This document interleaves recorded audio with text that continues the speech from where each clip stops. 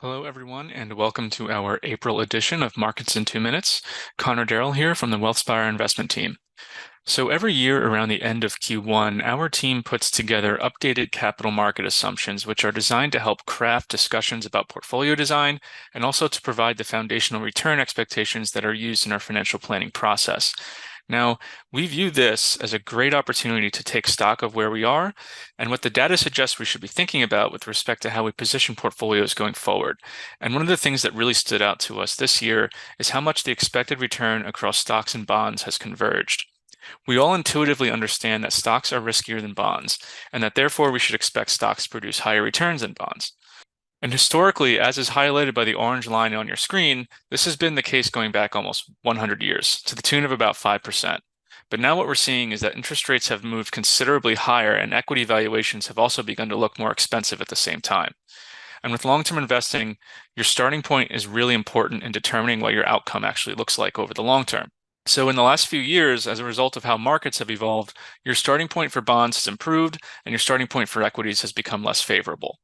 And this has come through in the data that we've seen from third-party forecasters, as well as the projections that we put together internally. And that's what we're showing here in this next table. We've been expressing this idea to clients for a while now, which is that despite the fact that bond investors have had a really rough go of it over the last couple of years, the forward outlook has shifted such that the relative trade-off between stocks and bonds looks very different than it did previously.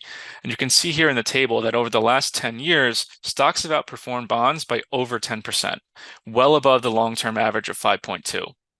Going forward, however, the data suggests to us that the difference between stocks and bonds is likely to be much, much smaller than that.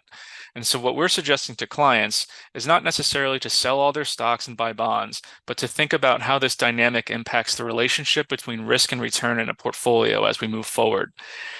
An example would be an investor who might have historically held a portfolio that was 80% equities can likely consider downshifting to something closer to 60% equities and decrease the volatility of their portfolio without materially altering their expected return profile.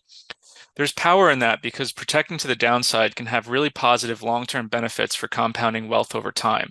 So if this is an idea that resonates with you or you'd like to explore it further, your advisor can discuss with you how changes to your portfolio strategy might impact your financial plan.